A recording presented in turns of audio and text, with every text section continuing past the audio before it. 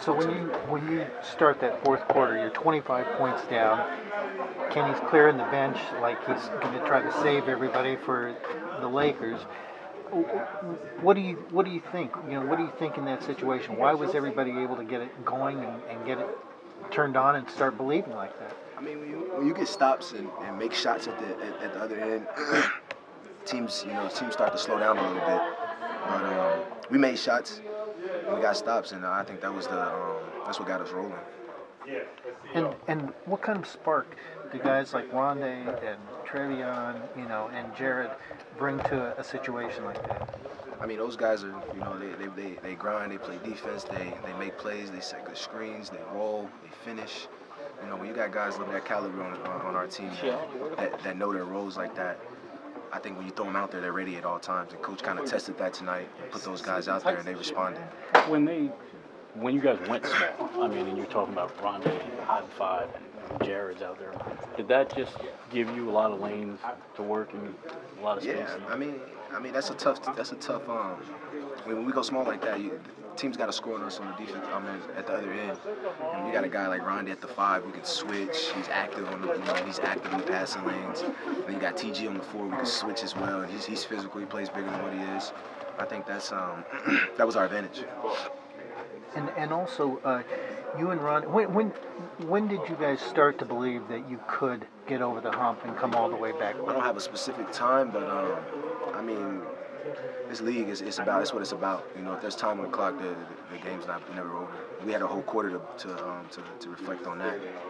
And like I said, we started getting stops. They started missing shots, and we started getting out running in transition. The shots that wasn't falling for us early were falling for us at the end. I think you were down maybe 20, and you guys scored like 10 straight to cut it to 10. I think you were the one that cut it to 10 on that. I couldn't tell you. It was a dead ball after that. You were exceptionally fired up after that. Do you think people were kind of feeding off of that? Our bench was alive too. Like I said, once we started getting stops, our bench came alive as well, and then we started making shots. And it was quiet in the arena, and all I heard was the bench. And you scored 6.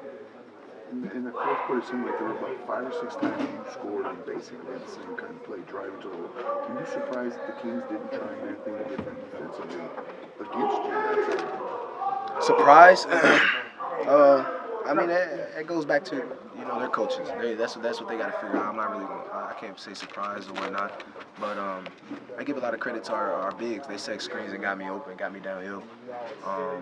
And once you get downhill, any player that can get downhill and see the floor like that and see the rim wide open, the sky's the limit. I feel like you can make any basketball play and it'll be a positive. So with about 10 minutes left, I could be wrong, but I thought I saw you say to your teammates, we're not losing this game. For sure. For sure. You were pretty fired up. Yeah. 10 minutes left. And then I was after the first 3 you hit, and then you just kind of went nuts, man.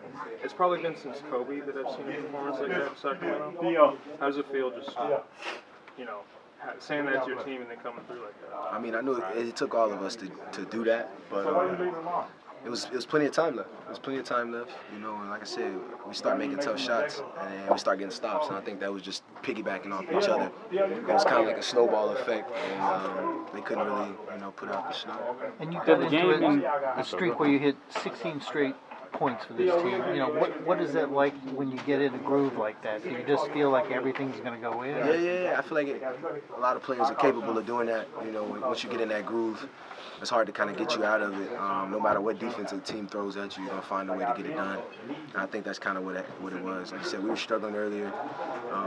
Towards crunch time, we started to figure out what was working for us. And it was too hard to stop. And when you look at the circumstances, knowing how much you needed this win, how much more satisfying does that make it that you were able to do it in this fashion? We knew going into the game, win by any means. That was the key to the game. Do whatever you got to do to win, and everybody stepped up and did their jobs. We were limited at the end with a funky lineup, but coach, it's a hell of a coaching play by coaching, and it worked. And he complimented that you let him coach you through the game, that he was on you a couple of times earlier in the game, but you're just like, okay, coach, what does that take on your part, to respond that way? I can say it 100 times. I told coach from day one I wanted to be coached. and he hasn't took his foot off the gas since then. And I think that's where my success has come. You know, personally, just the coaching staff being on me, no matter all-star accolade, no matter what it is, they coached me, and I know that's what's gonna help me thrive. It's cool. Thank you. Thank you very much. Thanks, Eli.